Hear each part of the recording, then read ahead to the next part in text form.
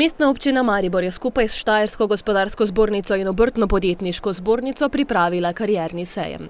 Namenjen je bil vsem osnovnošolcem in dijakom, ki se odločajo o svoji prihodnosti, tako srednjega izobraževanja kot nadaljnjega šolanja. Sejem je minil v luči pridobivanja učencev za šolanje v deficitarnih poklicih, tudi takšnih, ki bodo jih potrebovali bodoči investitorji, kot je Magna. Tudi če Magna ne bi prihajala v Maribor, potrebno je promovirati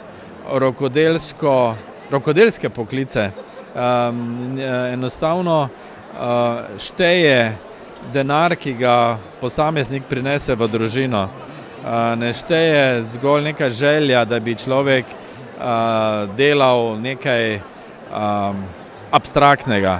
Torej, šteje denar in danes je tako, da tudi rokodelski poklic potrebuje veliko presežne energije. Meni, da je mlade potrebno usmeriti tudi v poklice, ki bodo v gospodarstvu še kako dobrodošli. Tudi na srednji strojni šoli bi si želeli še več dijakov. Žal pa bi si želeli, da je vpisanih več, kot se jih trenutno vpiše. Poklic je zelo iskan, vsi, ki končajo šolanje, dobijo službo brez težav, tako da jaz upam, da se bo ta zgodba popravila, še posebej v luči prihajajoče naložbe podjetja Magna, ki pričakujem, da bo prineslo nov zagon na področju strojništva v Mariboru.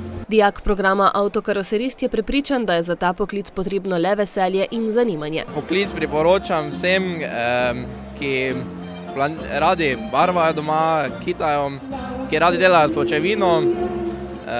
Skratka, poklic ima zelo dobro možnost, da dobi poklic, saj se bo gradila Magma, tako da je zelo velika možnost, da dobi enostavno službo. V iskanje kadra ob prihodu Magne v Slovenijo se bo intenzivno vključil tudi Zavod za zaposlovanje, kjer na službo že čaka nekaj primernih kandidatov. Ko pogledamo te profile, ki bi lahko v takšnem obratu delali, smo nekako ugotovili, da imamo trenutno v evidenci tam nekje 211 oseb, ki bi za temi profili bile primerne za zaposlitev, ampak seveda je pomembno tudi, ali vsa ta njihova znanja ustrezajo potrebam podjetja v konkretnem primeru.